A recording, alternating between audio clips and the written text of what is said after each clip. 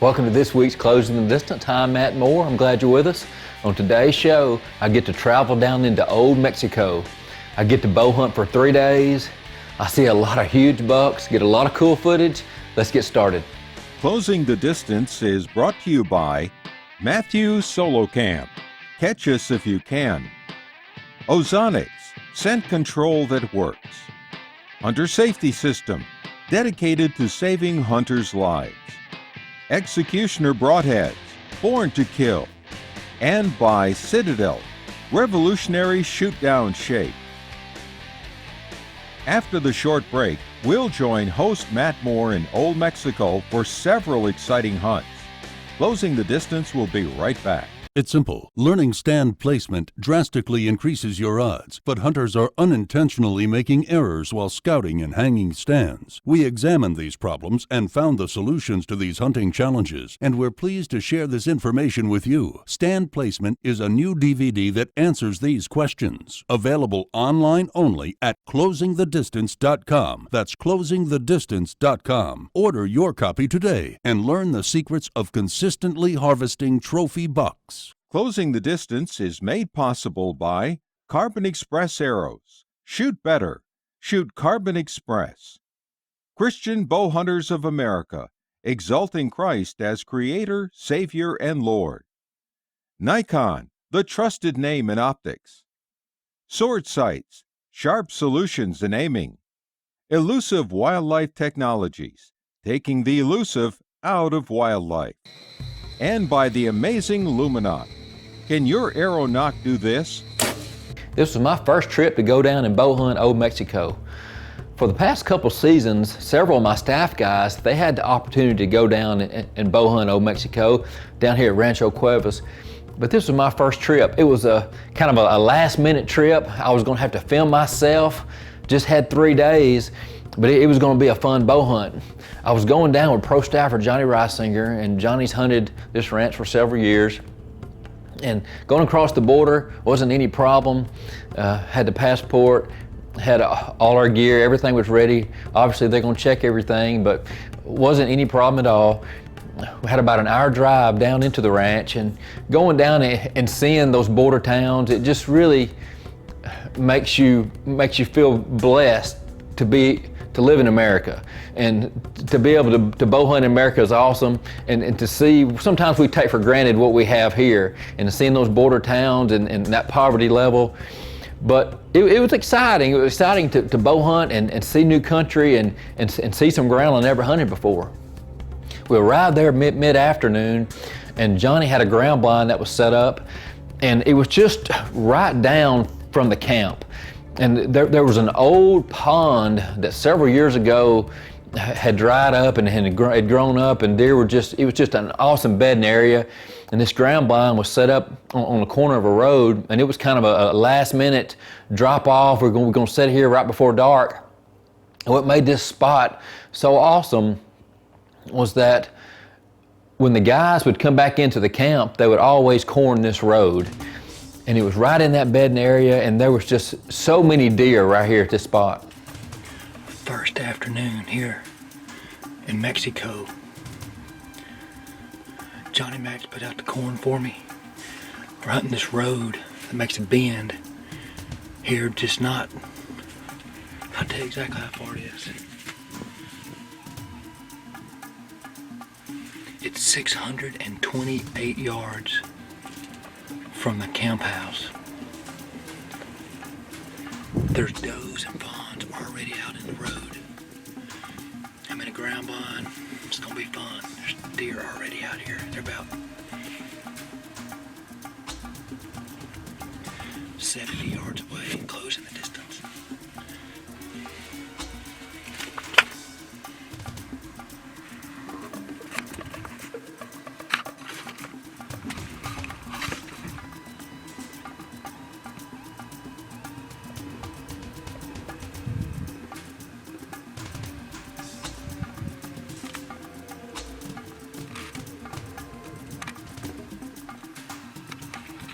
The landowners and ranchers in this area are real aggressive about managing their deer.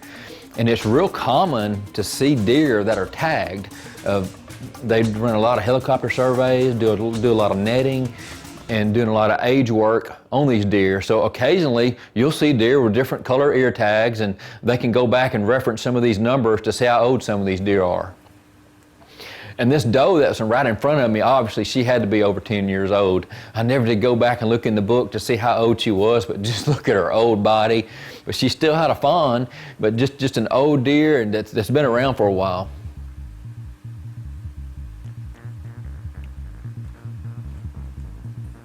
Not long after those does had walked off, here stepped out a gorgeous 3-year-old.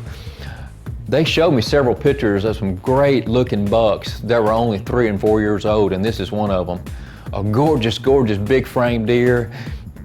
These landowners here in this ranch here in Mexico, they do an awesome job of managing to get these huge bucks on their ranch.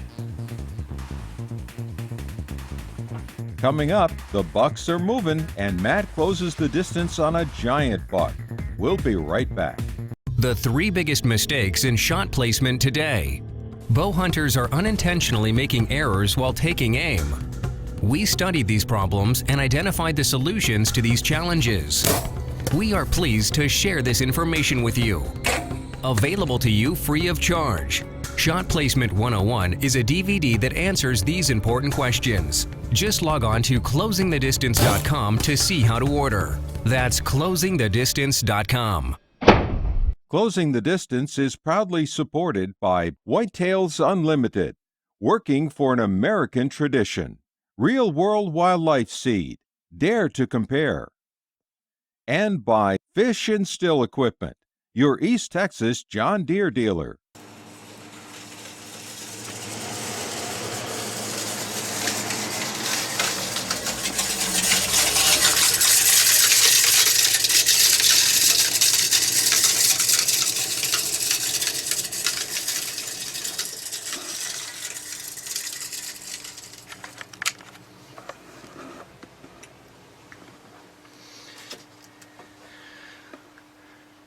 My first morning here in Old Mexico.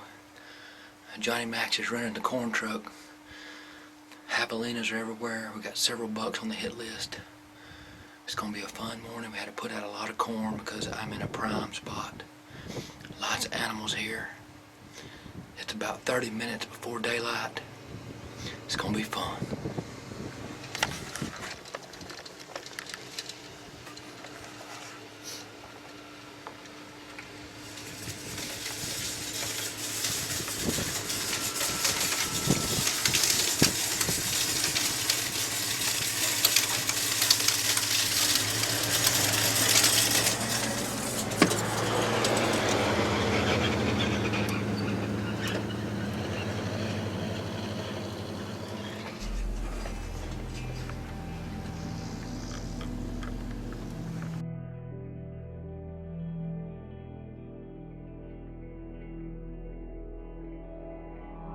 There were several bucks that they were showing me pictures of that they had on their hit list.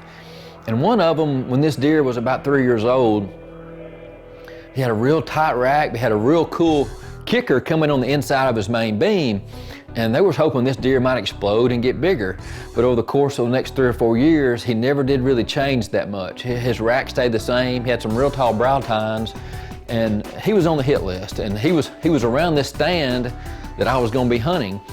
And right off the bat, that morning, I saw him coming down the road.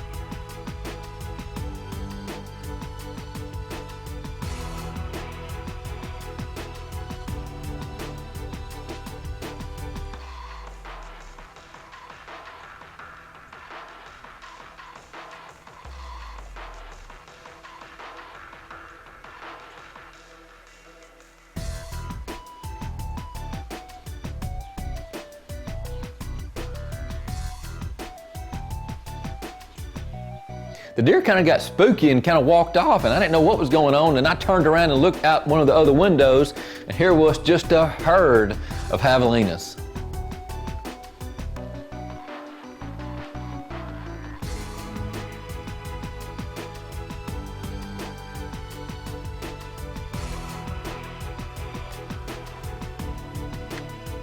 It wasn't long, a couple of the javelinas, they kind of split off from the group. They got down there about 15 yards from my bow stand, and I was gonna make the most of this opportunity.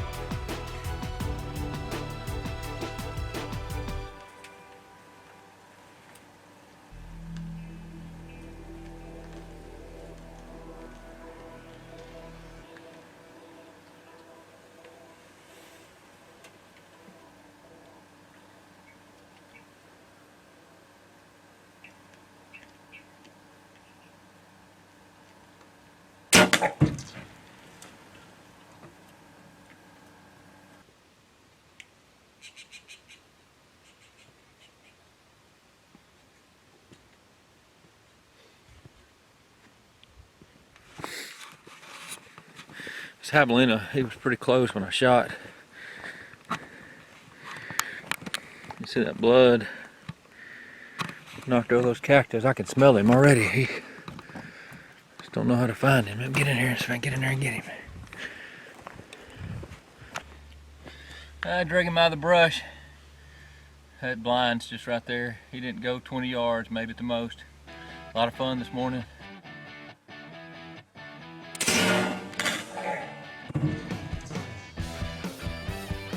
This area that they had me set up in, it was an elevated bow blind, gun blind, kind of a combo, had vertical windows in it, and it was set up at some crossroads. I think I had 5 different angles that I could look. I could look down the road. There was a protein feeder way on one end. They would corn the roads every time I sat there, and I was filming myself. I was running a couple different cameras and trying to capture all the different angles out of this stand, but I was seeing a lot of big deer.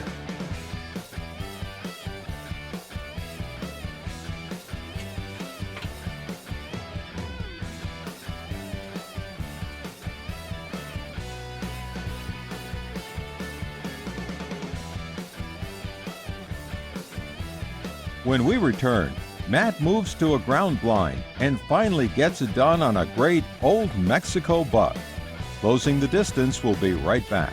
It's simple. Learning stand placement drastically increases your odds, but hunters are unintentionally making errors while scouting and hanging stands. We examined these problems and found the solutions to these hunting challenges, and we're pleased to share this information with you. Stand Placement is a new DVD that answers these questions. Available online only at closingthedistance.com. That's closingthedistance.com. Order your copy today and learn the secrets of consistently harvesting trophy bucks. Closing the Distance is brought to you by Matthew Solocam, Catch Us If You Can, Ozonics, Scent Control That Works, Hunter Safety System, dedicated to saving hunters' lives, Executioner Broadheads, Born to Kill, and by Citadel, revolutionary shoot-down shape.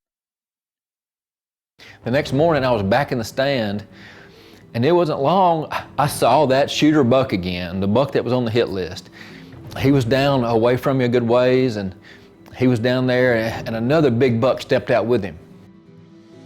After about 15, 20 minutes, that buck worked his way out right in front of my stand, and he's closing the distance. I'm getting the camera situated and getting ready to take the shot, and the buck just kind of looked up, and he turned and walked off. I didn't know what was going on. I spun the camera around and looked out the other window, and here stepped out a huge buck. He ran that other buck off. This is why you come and bow hunt a good ranch like this in Mexico. Rancho Cuevas, this buck right here, he's probably maybe just a 5-year-old. A gorgeous, gorgeous buck. I think he had maybe a split G1, just a mainframe 10-point. A gorgeous deer. And these are the bucks that they don't want shot. These are the bucks that they let to get 7 and 8, 9 years old before they take these deer out. just a gorgeous buck, and seeing mature animals right on top of you, man, it makes it for some fun bow hunting.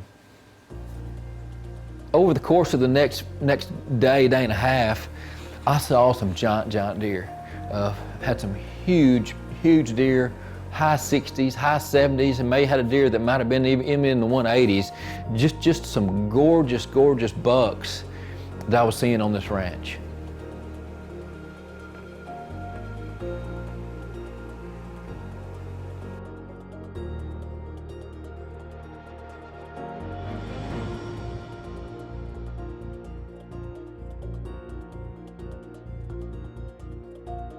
I believe it was the last afternoon.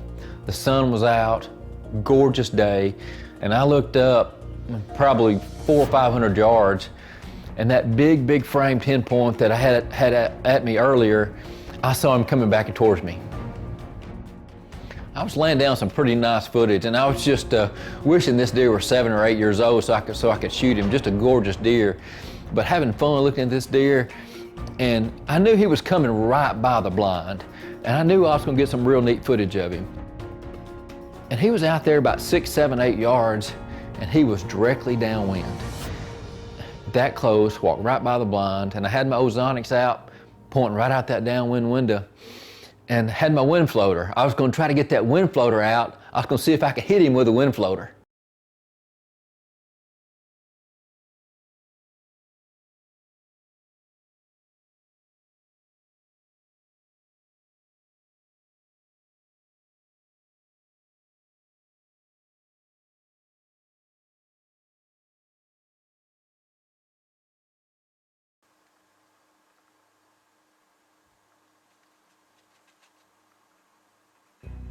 It was the last morning for me to hunt in Old Mexico.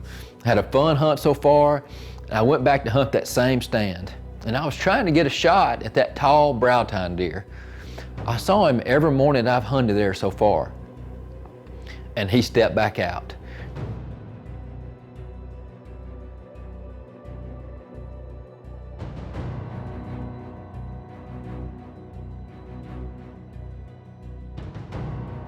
He crossed those roads, and he just never did stop long enough for me to get the camera positioned and to get my bow ready to take a shot.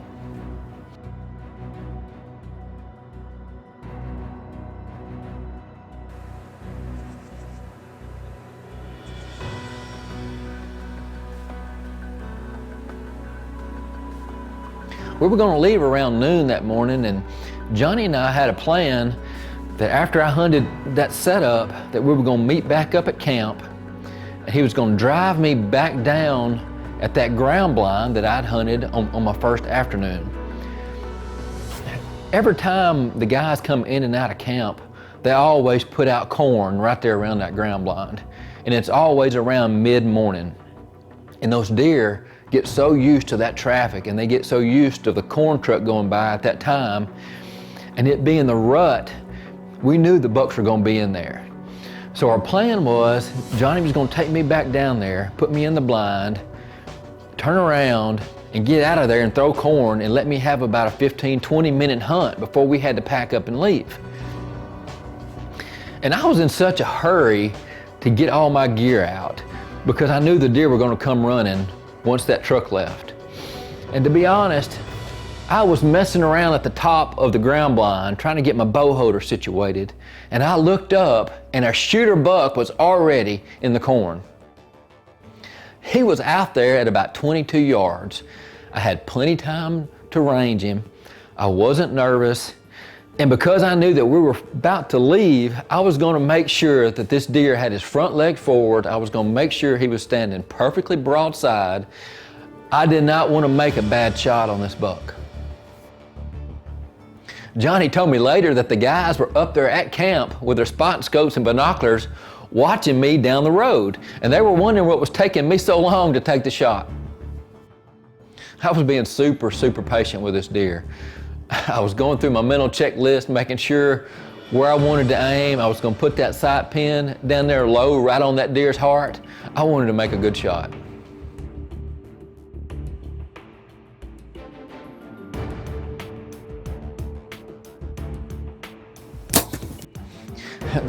My shot felt good. I hit exactly where I was aiming. That deer didn't run 50 yards and he piled up. Walking up to the deer was just awesome. I knew I made the great shot. And when I got down to the deer on the ground, it finally dawned on me what deer this was. Johnny kept telling me about this buck, but it never would register to me. Because the previous season, Johnny laid down some really, really cool footage of this deer. And I thought it was awesome with the birds in the background and the deer walking towards the blind. And Johnny told me that deer was hanging around this stand. And I just couldn't remember what buck it was. But when I got down on the ground and got my hands on him, I remembered it being that big deer. And I remember now why they told me to shoot him. This deer had gone downhill. They thought he was going to be a little bit bigger. His spread is a little narrower than he was the year before. His tines are not quite as long. He's got the really, really short G4s, but just a really, really tall rack. The buck ended up scoring 143, a gorgeous deer, a great score for such a narrow spread, but he had super long tines and great main beams. Had such a fun hunt there, bow hunting with the guys there at Rancho Cuevas. And they have limited bow hunts that they do every year. If you're interested in going down into Old Mexico, just shoot us an email here at the show and we'll get their information to you.